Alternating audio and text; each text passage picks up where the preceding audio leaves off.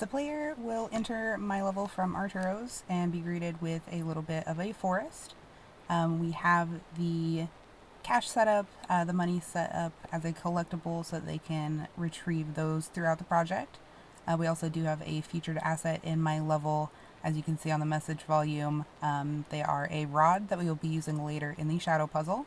The first objective here is just to get past the rubble, so we will build over with the crates, jump on those to get across the wall, and then here again to get back to the other side and into the town, which completes the first objective.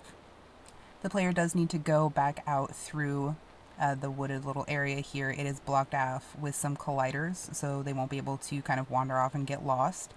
And they'll be able to collect another collectible, which is a book, and another rod that they will need later. There are actually 5 of those. Once they get back into the town, there is sort of a little marketplace and a little more of a town feeling here. There is some platforming on top of these buildings where they can get collectibles.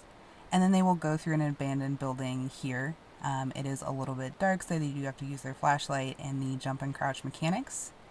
There's an area hidden here where they can move that rubble and get to some more collectibles. Once they exit out of the building, they will go back into a little bit of a more open area. They do get some more message volumes and objectives to find the hidden collectibles on top of and behind buildings. And there's one last area back behind those buildings where it will show some more hidden collectibles. Our featured asset here is actually a map for the next section. It does trigger a door to go down into this area. Because it is our featured asset, this next area is purposely left very dark. So as you can see, it's nearly impossible to see what you're doing without the flashlight. And even with the flashlight, it's very confusing. So it's definitely a difficult puzzle. It requires a little more thinking on the part of the player. If they do decide to, skip over the map, there are several message volumes here that tell them, hey, it's a maze. You really need that map. You need to go back and get that. So it's definitely something that kind of forces them to actually use the featured asset and kind of use sort of the things that we put in place to help them out. It's definitely possible, obviously, to go through the maze without that, but it's definitely going to be a lot easier if they take the tools that we give them to use that. So we have left the lighting out of this area just to give it that sort of atmosphere and that sort of spooky feeling that we're going with for this scene, as well as the little bit of difficulty in finding their way through the maze.